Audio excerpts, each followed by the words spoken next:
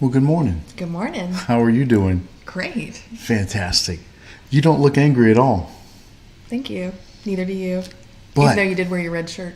but if I was angry, Mm-hmm. it would be okay. Mm-hmm. Why? Because anger's okay. As Well- long as you don't sin in your anger. Yes. Mm-hmm. Are you angry? No, I'm not. I'm very happy. Mm-hmm. I'm Scott Silveri, and this is my wife Leah, and we're with Marriage Matters. Mm-hmm. And we thank you for joining us. And we are going to talk today about handling anger in marriage. And if you don't think that anger happens, then you're wrong. Mm-hmm. Now, and what we're going to discuss, a lot of folks, us included, sometimes think, oh well, you can't get angry. It's not very Christian. Right. It's not very nice. But not that we encourage it, but the Bible's very clear that anger is a human emotion, and it's an emotion that happens.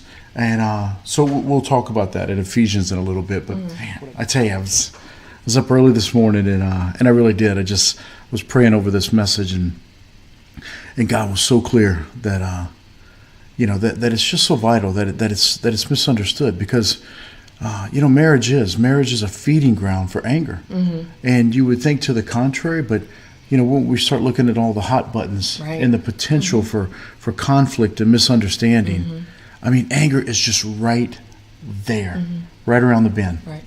Yeah, I mean, the fact is you're living with a person for your adult life, for the whole of your adult life. And to think that you're not going to have disagreements, that you're just going to go along day to day and live, we're just so in tune all the time. Right. It's like, like you see, it's that like completing each other's sentences and like, that I don't You Yeah. complete me. Right. We Kind talked of about love. that last night, off topic, but on topic, and that'll be a topic, Right. is when you, that misinterpretation, or the myth, the fantasy, that there's the perfect person for me, that we're never going to argue, we're never going to disagree. Like you said, I'll start a sentence and you'll finish Right. it for me. And the big myth of them all is you'll always know where you're going to go eat supper. Oh yeah, yeah. I mean, when you look at it, the little things from deciding where to eat, or whether one of you snores, or leaving doors open, or I mean those little things that accumulate from day to day life. Yeah. Those habits and quirks, to big things. Yeah. Like money, sex, anger, in-laws, Discipline how your to discipline kids, your kids, finances. all of those things. And we always like to touch on the blended family side of it. Is when you come together as what we like to call first marriages, and God bless y'all. Yeah. You've never been divorced, God bless you. We pray that you're doing it right and that you're fulfilled. And but there's problems in those first marriages where there is no external baggage, where there's no ex-spouse, where there's no kids that are not biological, that always want to remind you of that, where there's not debt that was incurred from a devastating divorce, where there's all these issues, all this baggage that gets lugged around into a second and third marriage. And then when you're trying to blend families, anger is just right around the corner. And but the beauty of it, there's no problem that is so insurmountable that it can't be solved with communication. No, that's exactly right. And like the root of that anger, even like everything that you just touched on, it usually comes in when there's hurt involved. Yeah. Oh, And when you get the impression that your spouse doesn't care about how you feel, that's an immediate, almost like a protective response. But it's that lack of compassion that your spouse feels that spurs anger. Right. And let's add to this, is you're talking about communication, and when you feel like your spouse doesn't care. And and women speak the language of security. They need to know that they're secure in their home and in their marriage, and opening their heart up to their husband. Right. Women have to know that. Guys, we need the language of respect and honor. And if neither one are getting that, or one and it's not reciprocated, then that's where communication breaks down, and then that's where insecurity and suspicion ramps up. And in that, is where anger breeds. You know, so we referenced it at the beginning of the show, and the question is it okay to be angry? And I caught you while you were drinking out of your love and cup. is it okay for Christians to be angry? Yeah. You know, and Ephesians 4:26-27 says, "Be angry and do not sin. Do not let the sun go down on your anger, and give no opportunity to the devil." And look, anger can kill a marriage. Yeah, you're right. You know, there's really two things that can kill a marriage, or there's many things that can kill a marriage, but the two main things are anger, and the other is lust. And you know, anger it can kill a marriage. Everybody has a capacity for anger. Right. It doesn't matter whether if you're the meekest Oh, yeah. housewife, or it doesn't matter who you are. Everybody is built with that emotional capacity for anger. Right. And I love this because there's so many parts to it. You know, there's three particular parts where it says, be angry. Well, there's four parts. Be angry, which says God understands human emotion. He created human emotion.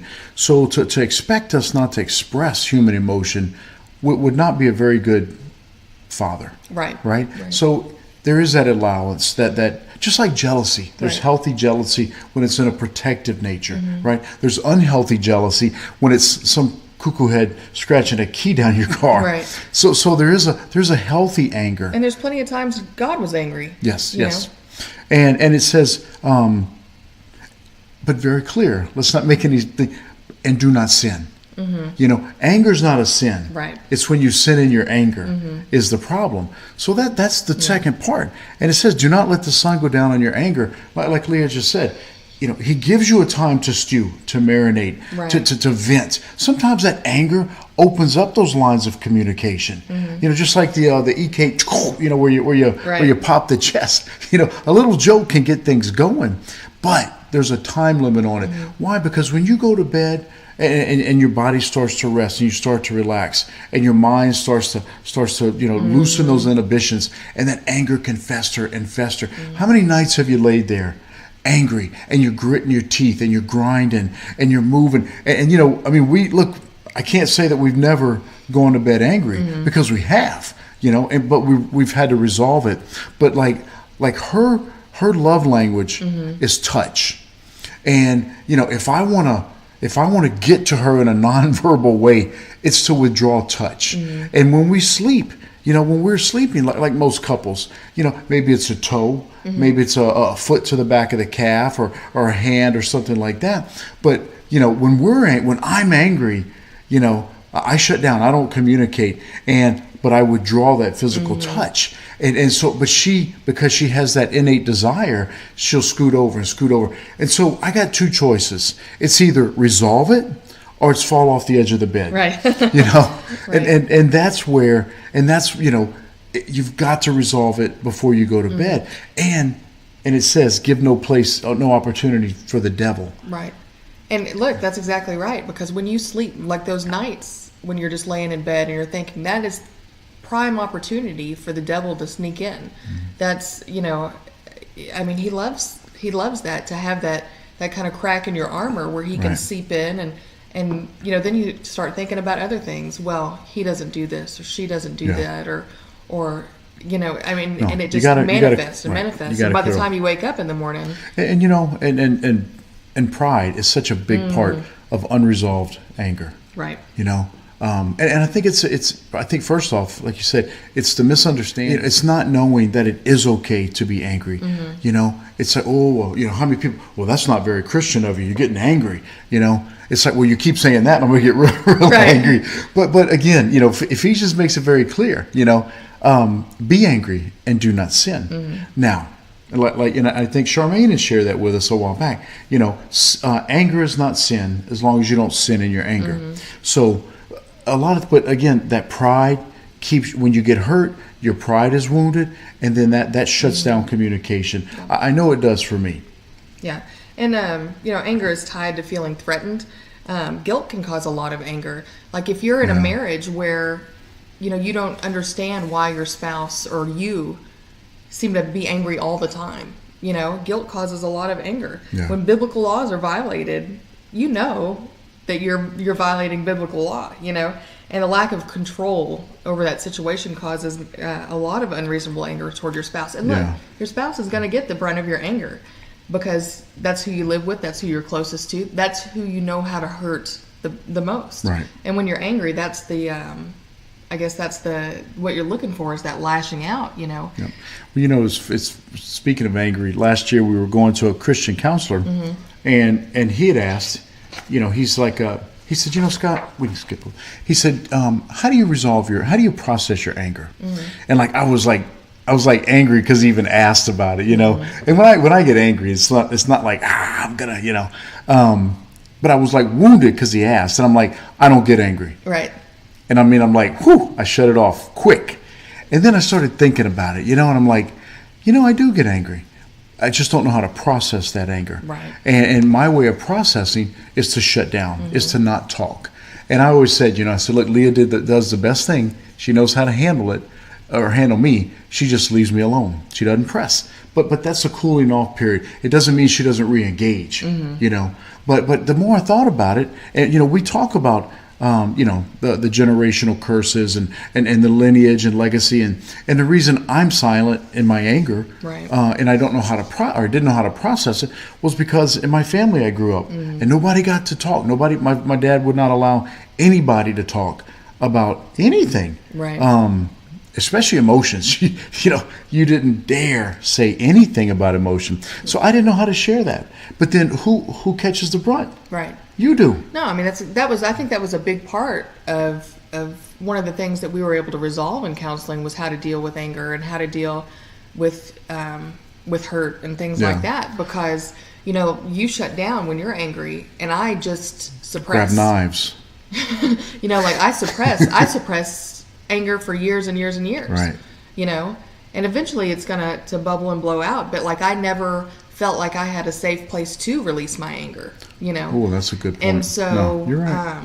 You know, so for me it was just a suppression, and for you it was a silence and separation. Right. And it goes back to, you know, that security or whatever. And, you know, I was afraid if I got angry, that would be the tipping point, you know. But I needed to be able to get angry. Right. Because No, I had that's a things good point. to be angry about, you know.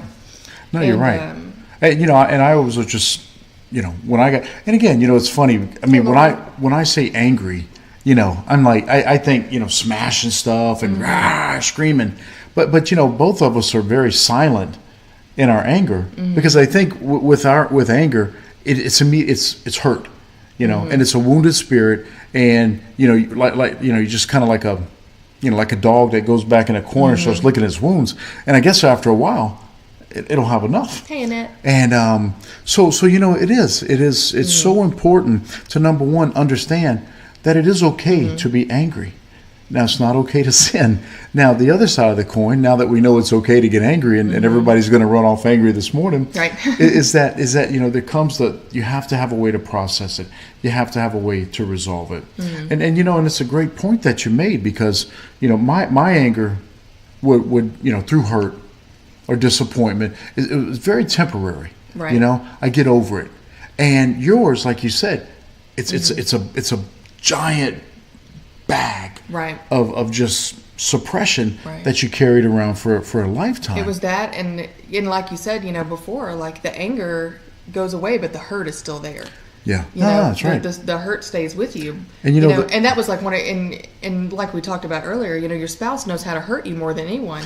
Yeah. And you know, and that was one of the big things that we struggled with was you knew that when you said the words, you know, I don't care, or you know, to me that was like an immediate you know, shutdown. You know, like the anger was in there and it was processing. It was like, well, if he doesn't care, he's not going to care that I don't get angry or that I get angry. Right. You know, And so like I had all of this stuff inside, you know, that never got to go anywhere. You know, and so no, listen, you're absolutely right.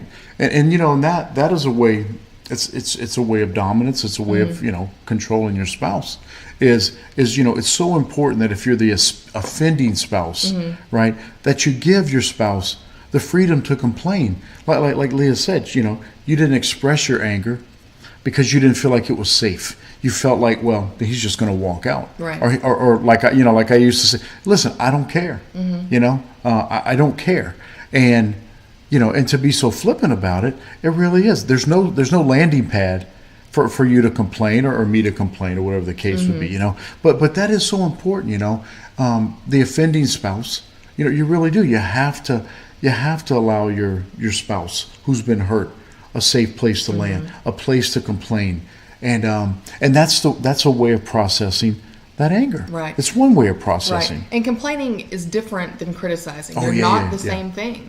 Yeah. Complaining is saying things like, I feel, I love you and I feel you did this way, like using feeling words. And complaining and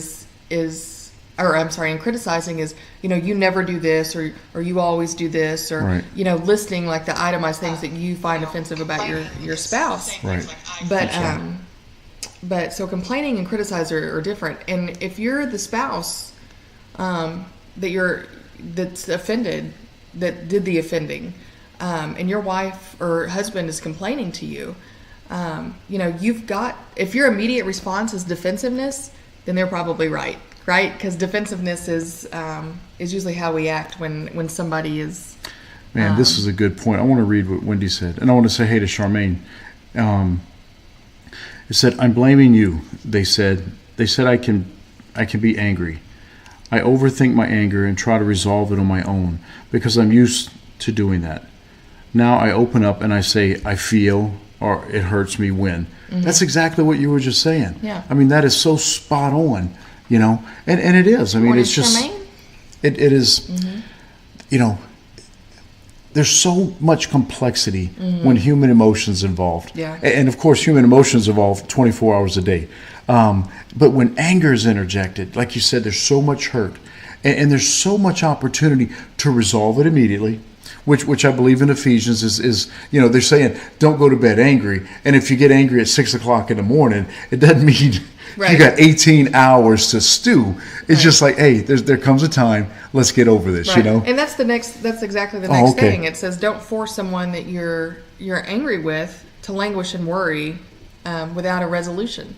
Don't just string them along and let them worry about what you're going to do, what you're thinking, how you're going to handle the issue. No. And here, let's add on to that, because Charmaine says, always and never are qualifiers, but they're not true. And that is, and listen, I'm going to say it here. I'm going to say it here because I got some witnesses. That drives me crazy when she's, I'm talking about you. When she goes, you always, and listen, I don't care she could say, you always are so nice to me. But man, when I hear that word always, it sets me off. I'm like, always? You mean always? Right. I mean, or you're never. You should explain why it sets you off. I don't know. Because it's a qualifier. To begin with. And once he communicated that, I did understand it. I did start to be like, all right, I don't need to use the words always and never, even in jest or even in, And and it goes back to that point, the power of words. Spoken words have the power of life and death. Right. I mean, it is so critical. And it leads us into Proverbs 15:1, if you would catch that one. Yeah, it says, a soft answer turns away wrath, but a harsh word stirs up anger. And look, that is the truth. You can dissolve, or you can dissolve someone's anger. Just what's the quickest way to dissolve that? Yeah, I mean, just I'm sorry. Absolutely. Bam. Either that or start cleaning something. Right. I saw a good thing the other day. Said, you ever notice arguments stop when you start cleaning? Yeah. That is important. No, I mean, that's absolutely true. And look, both of you need to be people who are receptive to complaints from your spouse and who are humble enough and can get rid of your pride enough to say the words, I'm sorry. Yeah. And not only I'm sorry, but can you forgive me? And those words are probably the hardest words that you can say in a marriage. Right. But it's easier to say I'm sorry to somebody, to a stranger, to people that you don't know, than it is to say I'm sorry to your spouse. No, it's the truth. I think that's my thing is that I can easily dominate a conversation. It's just that argumentative nature, but I know that. So I shut up. I used to shut down. Now I just shut up. But the key is, that. You know that I'm not just right. I'm not boudeing over in the corner and That's a little Cajun word. I know. Charmaine knows what I'm talking about. And but that's the key. That's where communication goes. That's where knowing each other. That's where knowing that, where you don't have to worry. Like, what's he thinking? What's he doing? What's he planning? You know that I just need just a second to get my thoughts, because my tendency is, like, if I'm assaulted, like it's like, don't bring a knife to a gunfight. Right. Like, if you bring a knife, I'm bringing a tank. I don't believe in tit for tat. That's my nature. And that's my nature. Wendy said it's best if that's what you need, if you just need to be quiet until you can cool out and you come back and process that. No, you're exactly right. And just like a kind of before after, kind of before in our marriage, when you would get angry, I'm telling you, it would make me sick, like physically sick to my stomach, because I didn't know what was going to happen, because of the worry, because I was afraid you were going to leave, those kind of things. And like, now that I understand it, now that we, that's one of the commitments we both made, and that we know, is that no matter what, neither of us are leaving. Right. And so there's that security. There's that word security again. Yeah. But that security now. And now, if he's angry about something, I just go about my business. I go back to work. I do it until he's at a place where he can talk about it. Because I'm not leaving until this rascal is resolved. Right. And before, it would shut me down completely. I couldn't work. I couldn't do anything. Right. No, you're right. But focus on that, Hey, Rachel, good morning. So it's a completely different, that sense of anger, but having security is a completely different place to be. And that's where the biblical foundation is, where Ephesians says, be angry. But do not sin. Right. Where would the sin come from? The sin would come through ramping it up, purposely trying to hurt you with words or actions or physical, not physicality, but being physical, or like you said, or making threats and, we're gonna divorce. Right. Because you didn't have ice cream, you didn't pick it up at the store. It's just, and who knows better than your spouse what buttons to push? And and let's back up. Let's always, I always want to throw in the blended family side of it, the remarried, let's say you're a brand new spouse, who knows what buttons to push? Right, the ex-spouse. The ex-spouses. And listen, if you don't think that anger manifests itself and you take it out on your spouse, you're mistaken. That's why, so many times, couples are like, well, that's my ex, that's my problem. No, it's not. That's your ex, that's everybody's problem. Right. And everybody's going to feel the result. What's going on with that? That's right. You're not going to be able to keep that to yourself. And that's what we talked a couple episodes ago about handling the toxic ex-spouse. Right. And one of the things we talked about was, you've got to basically debrief your spouse even before you marry. You've got to come clean and let them know, hey, I was married. I've got this person in my past that does da da da da da. And and I think somebody had mentioned in the show that it makes future relationships almost impossible. And you know what? That's the goal of the toxic ex-spouse. Control. Right. If they keep you single, unattached, they don't want you back. They just want to control your life. Right. No, and that's why it's so important to break those soul ties. Right. All right, so soft answers turn away wrath, but harsh words stirs up anger. That's Proverbs 15:1. And expressing your anger inappropriately can harm both spouses. Yeah. We talked about security a lot. It damages security and trust.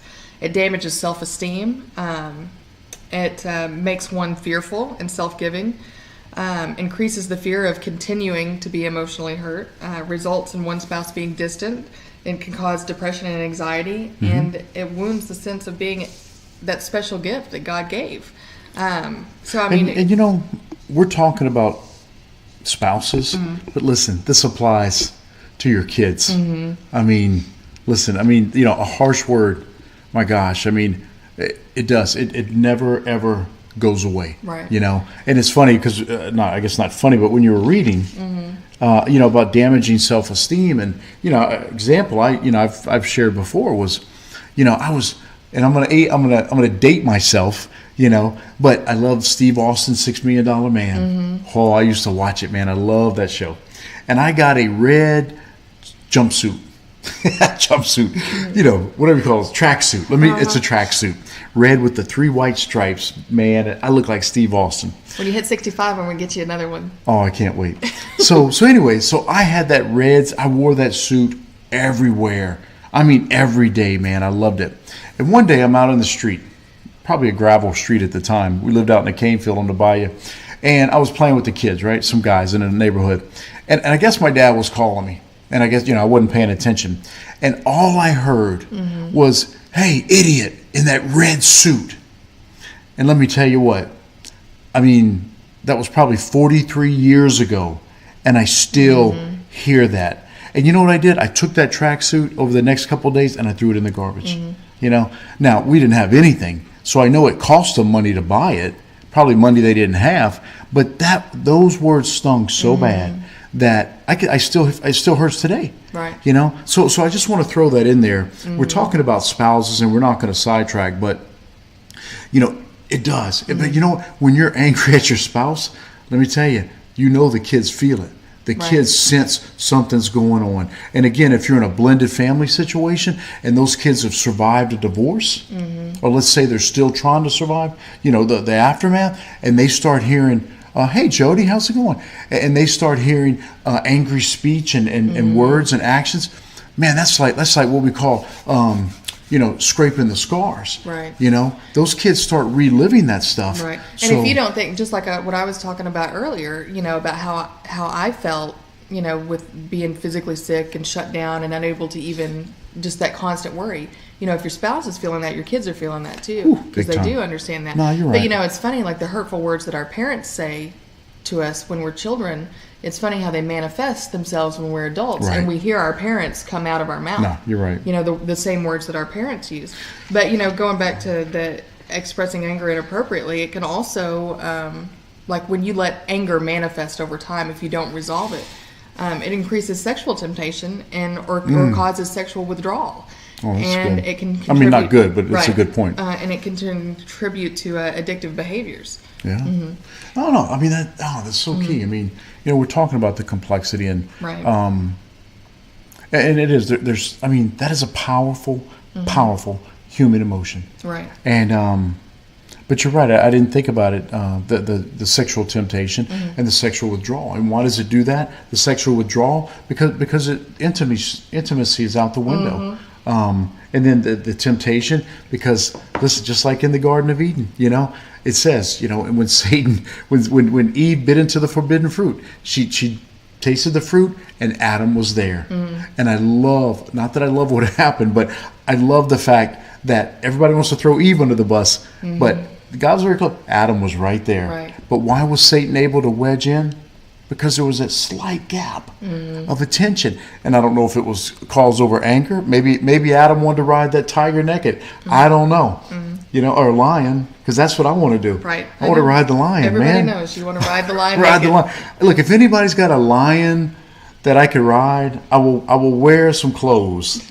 But I want to ride. A loincloth. I'll wear a loincloth, but I want to ride a lion. I know Jody and them got a bunch of deer in their backyard. Yeah. Because I saw some beautiful Different than pictures. a lion.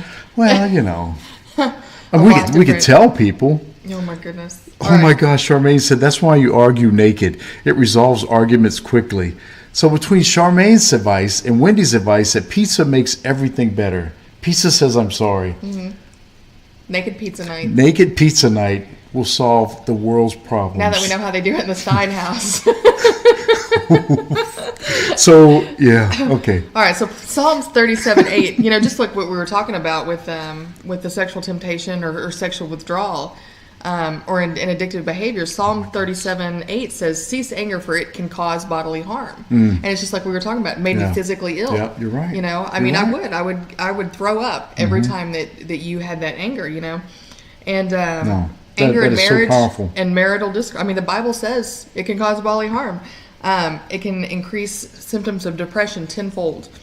And it's also proven to increase blood pressure, impair the immune function, and increase risk of artery disease and congestive heart failure. Yeah, you're just not living in a holistic harmony. Right. It is so powerful. And there's people that just live in that state of anger and discord. Right. And but it's so easy to diffuse that bomb.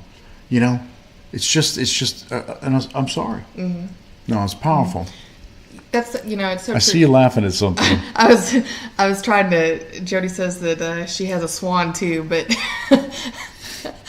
so I was getting a visual. Of what? I don't know. Of you riding a swan naked. Oh my gosh. It didn't work as well as the lion. I want to ride a lion, man. But, All right. it's important to find the root cause of the anger.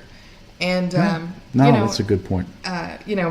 If you've got past trust issues, like you said, you were talking about ex-spouses or exes, when people have let you down in the past, trauma and loss, lack of self-restraint, entitlement, neglect, unforgiveness and resentful thoughts, unmet expectations, fear and anxiety, and then like you said, not accepting responsibility and never saying I'm sorry. Yeah. And you read that list and you think, who doesn't have at least one or several of those? I mean, and so that just shows you the prevalence and the I hate to say the normalcy, but it is. It's enough to I'm angry. Why are you angry? Right. It's like having an addiction. It's you didn't just wake up and say, oh, I'm going to be addicted. Something drove that addiction, right. Like we talked about in one before, about neuroplasticity. It's about training the brain, training the mind. It's thoughts that fire together, wire together. So, so if you're always processing, if your first response is to react in anger, you get that endorphin and that adrenaline dump.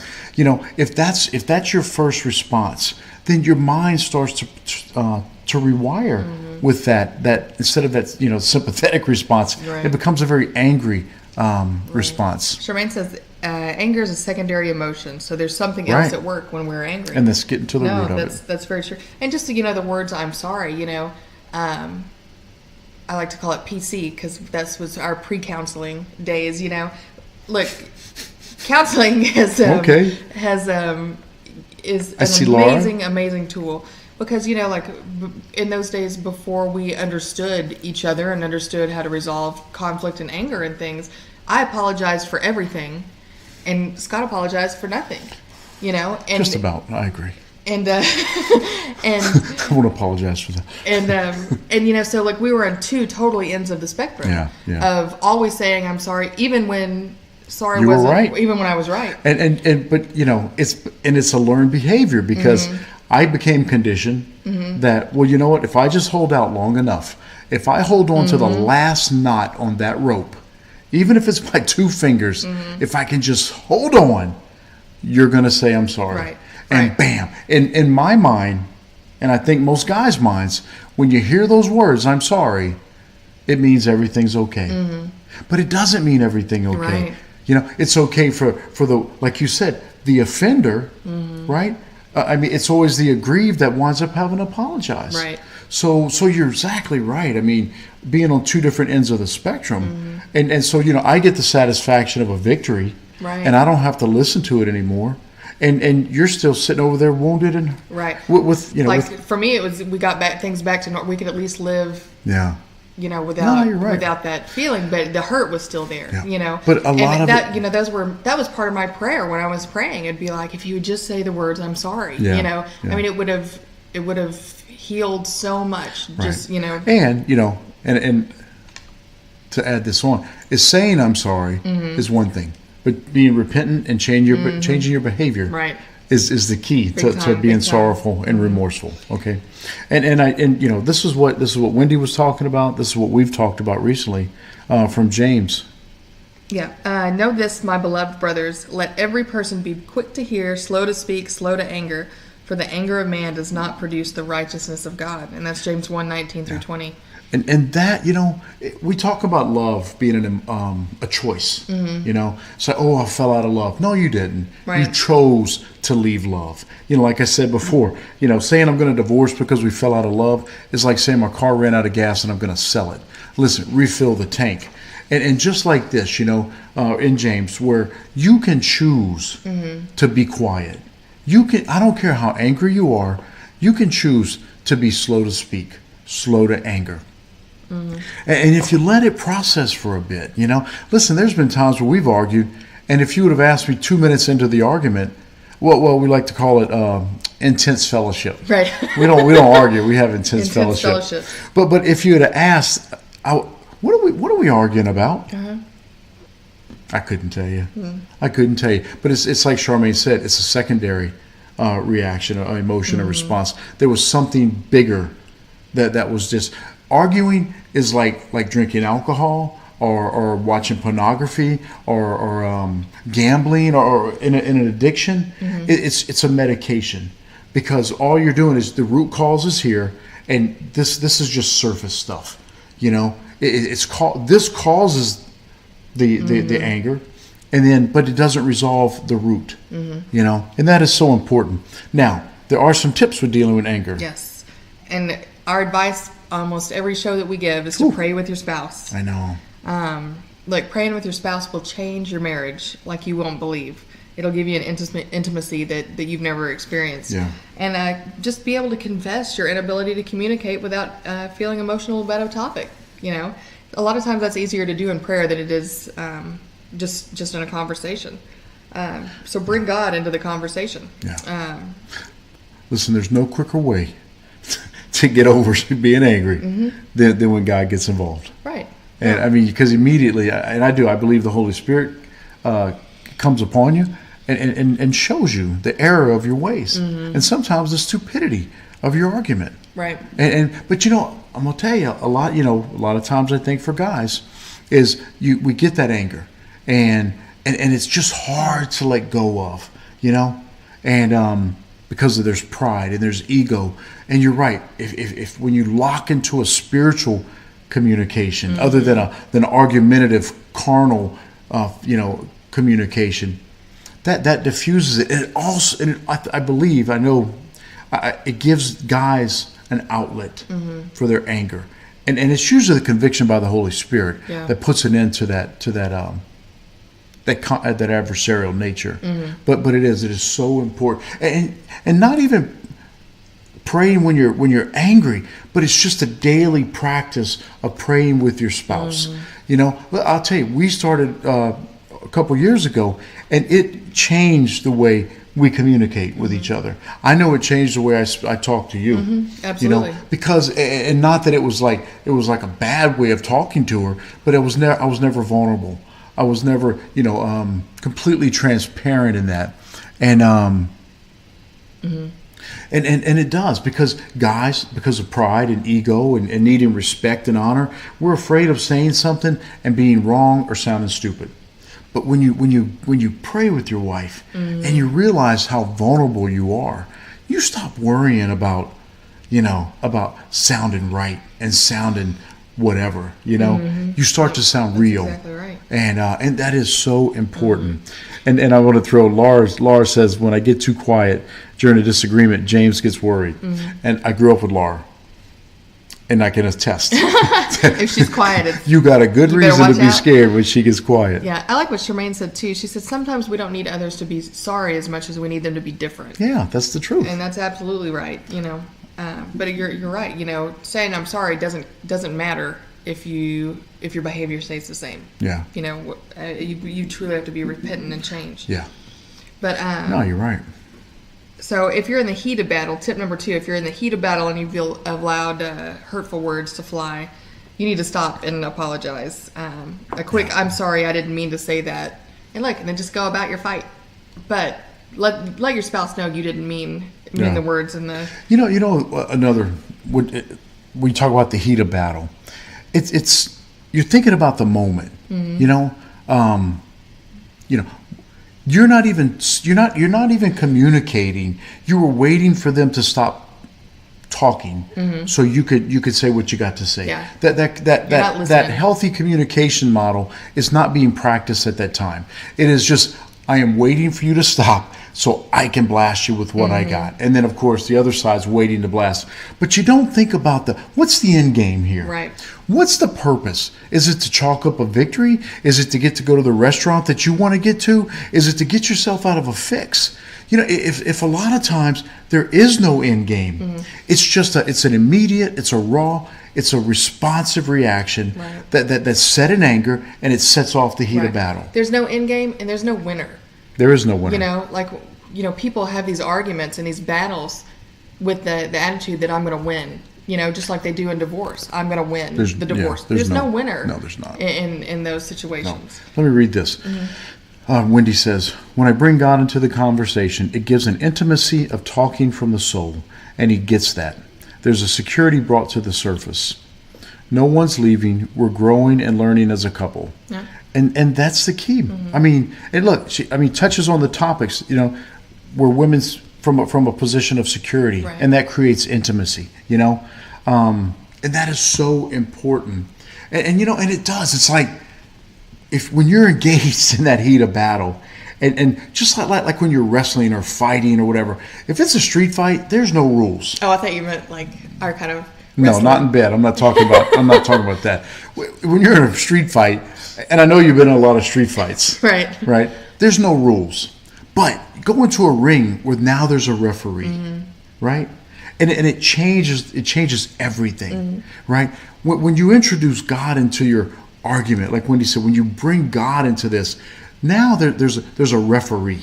Now you start to weigh your words. And I do believe, and we've experienced it. You start to see the pain. It's like these kids playing these violent video games, and it's just bam, bam, bam, bam, and you don't see that there are no consequences for those shots fired. Right. And it's the same thing when you're arguing. Your words are like bullets. Your words are causing damage to the spirit and to the soul. But in your rage and in your anger goggles, you don't see the effect that it's having on your spouse. So when you introduce God in there, I believe that he softens your spirit to a degree where you start to see the wounds that you're causing. No, that's good. That's absolutely right. Good job. Thank you. And number 3, I like it. It's good words. Post-conflict is when the damage to yourself becomes the most evident. You might grind your teeth or clench your fists until fatigue takes over. Yeah. But in Ephesians 4:26-27, Paul wrote, you must process that anger before it consumes you with the wrath against another, guilt against yourself, or worst of all, sin and separation From God. You're right. Right.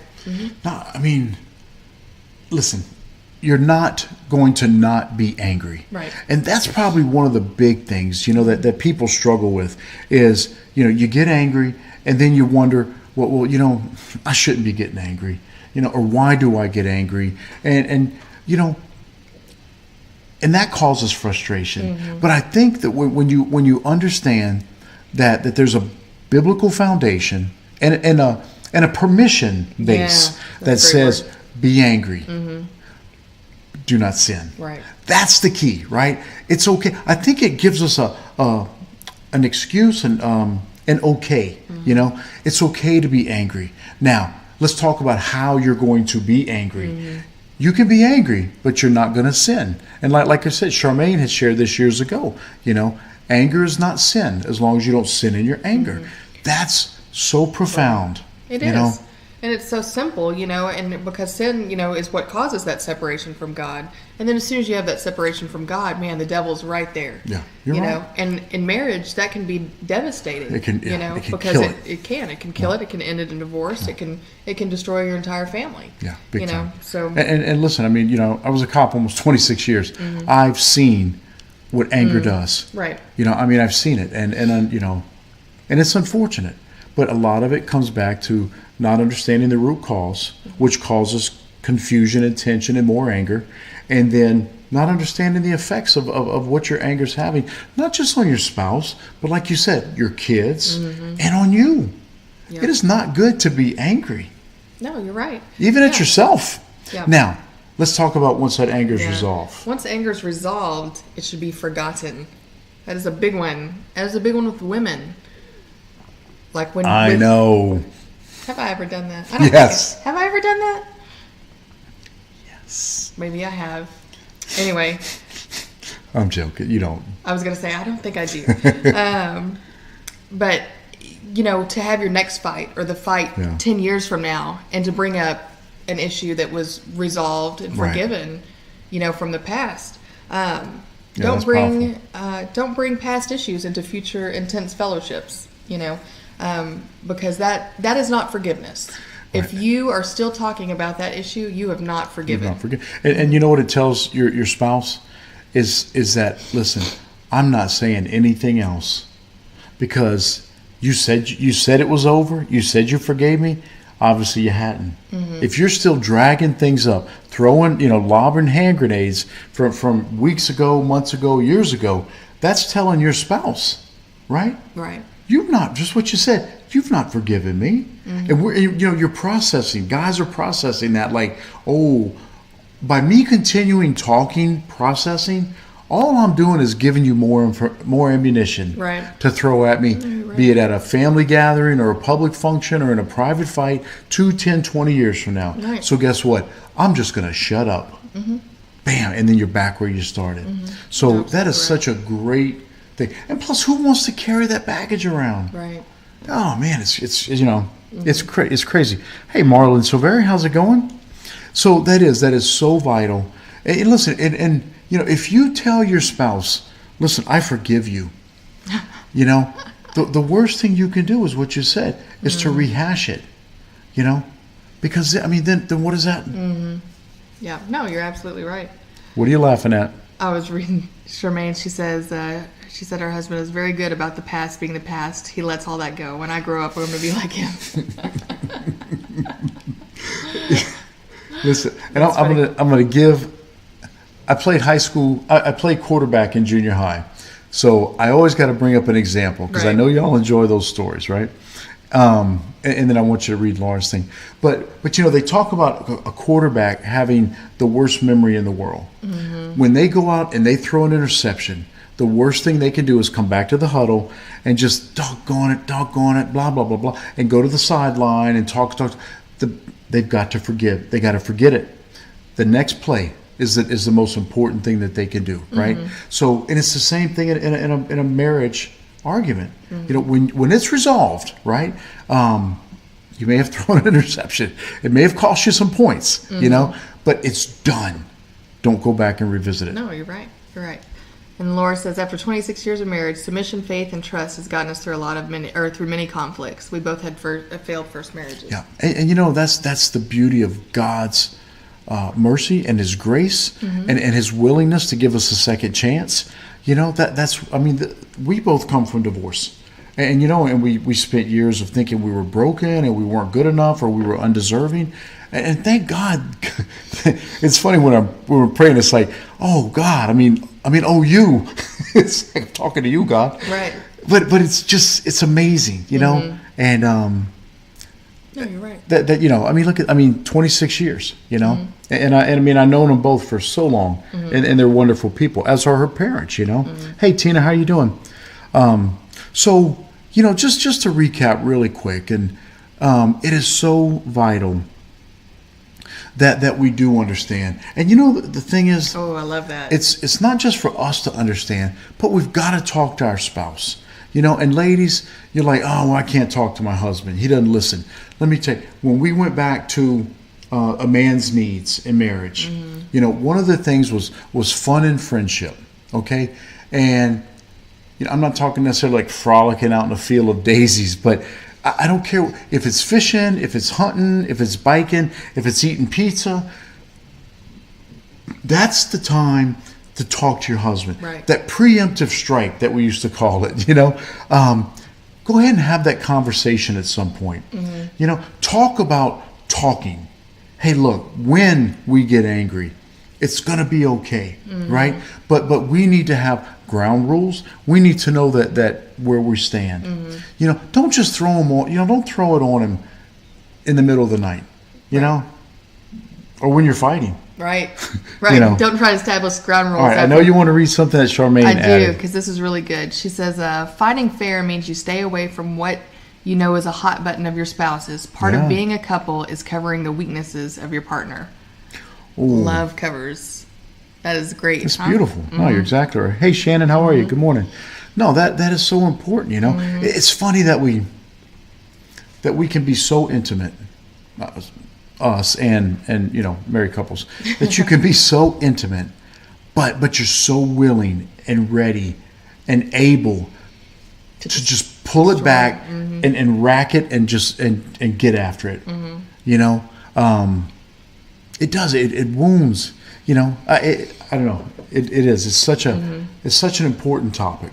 But But it's so misunderstood because people they get you complete me, you're my Right. soulmate, and we talk about that when you start saying all I need is you to complete me.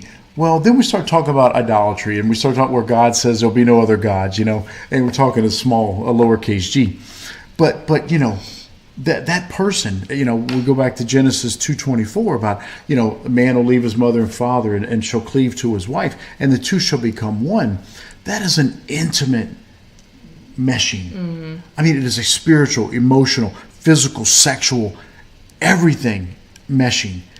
And it's like, but to think that you could so easily, like you give the sticky tape example, to pull back and attack, and again, it's okay to be angry, but it's not okay to sin. And speaking those harsh words of condemnation and hurt against your spouse, No, that's good. it ain't happening. No, I mean, I do. I love that, Charmaine. You should put that on a T-shirt. That's Part of being a couple. Her little body, you'd have to wrap it all Kind around of wrap her. it all the way around. Part of being a couple is covering the weaknesses of your partner. I love that. And that's a good point. We've talked about that before. When you're seeking your a spouse, a partner, Right. what you see in that person is what you're lacking in yourself. And that's part of that spiritual coverage. Right. And no, that's such a beautiful That is example. Fantastic. And look, if all else fails, if there's unresolved anger, unresolved anything that is not being taken care of, if that anger is manifesting in your marriage, Yeah.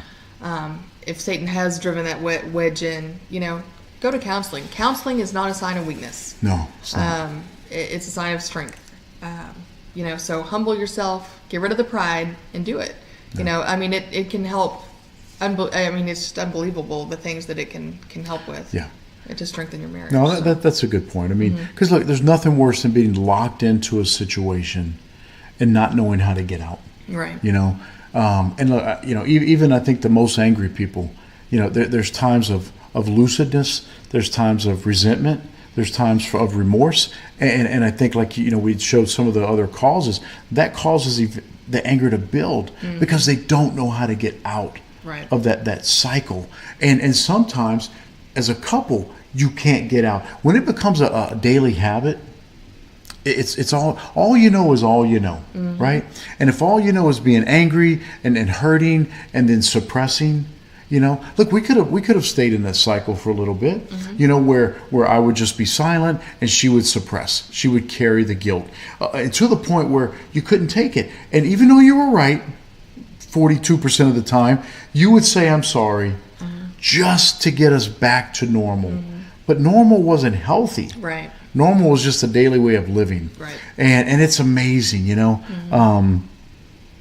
what counseling? Christian counseling. Yes. Christian counseling. Not some. We've seen some of this cuckoo secular counseling, and it's a whole other world. No, Bible based. So. But and Charmaine says the Bible speaks of giving do kindness to each other. Be kind. Yes, I say that be all the time. Be kind. Yeah, saying and doing two different things. So we thank you, and we're so grateful that you joined us. So have you got some wonderful words of departure? No, have a great day at work. How about that? I think that's wonderful. Thank you, guys. We pray for y'all, and We'll see goodbye. you next time. Bye. Bye.